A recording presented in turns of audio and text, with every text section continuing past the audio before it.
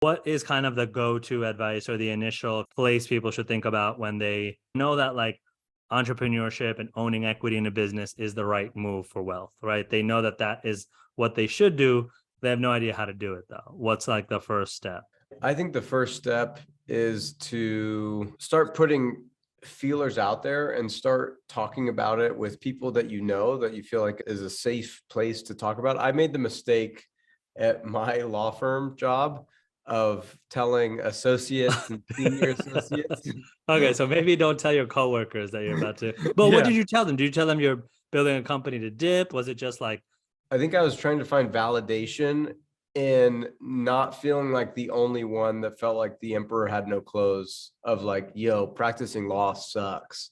yeah, And I would try to confide in them.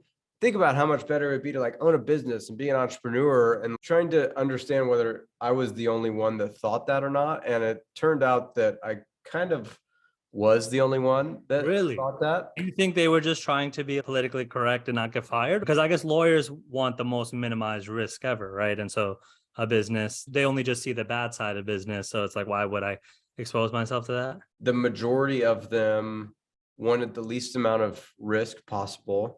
And they went to law school because they thought that they would enjoy practicing law.